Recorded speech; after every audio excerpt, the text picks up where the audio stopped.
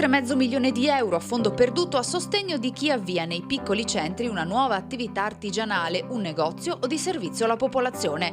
È questo uno dei bandi che il GAL, Gruppo Azione Locale dell'Alta Marca, ha spiegato ai soci nell'assemblea di bilancio a Villa Brandolini di Solighetto. Somma prevista per il 2024, ma soprattutto uno dei segnali concreti della nuova missione che la Regione ha affidato all'ente, che abbandona il settore turistico, pur rimanendo il focus sul mondo agricolo e lo sviluppo rurale. Questo al fine di frenare lo spopolamento dei centri minori e migliorare la qualità della vita dei residenti.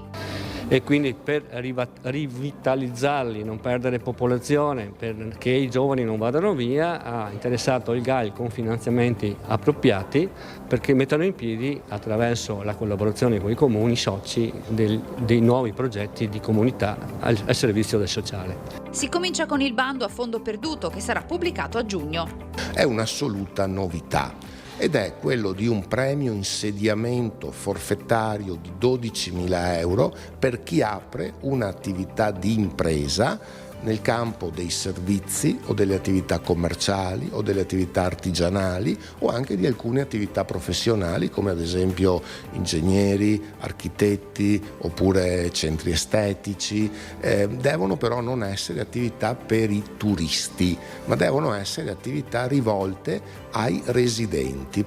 Progetti che si avviano e progetti già avviati, come quello con il Friuli e l'Austria. È un progetto innovativo in quanto con strumenti innovativi come l'EduGame cerca di far conoscere ed educare soprattutto la popolazione giovane, studenti e ragazzi, a quelle che sono le valenze dei nostri paesaggi, del nostro ambiente, in particolare dei parchi. Progetti di ieri e progetti di domani, come quello a cui sta lavorando il presidente Carlet, dedicato agli anziani delle comunità.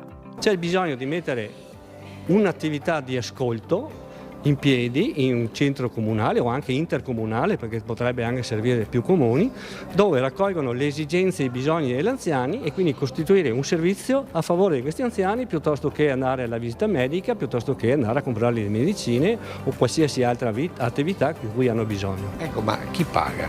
Ma in questo caso noi abbiamo delle risorse finanziate.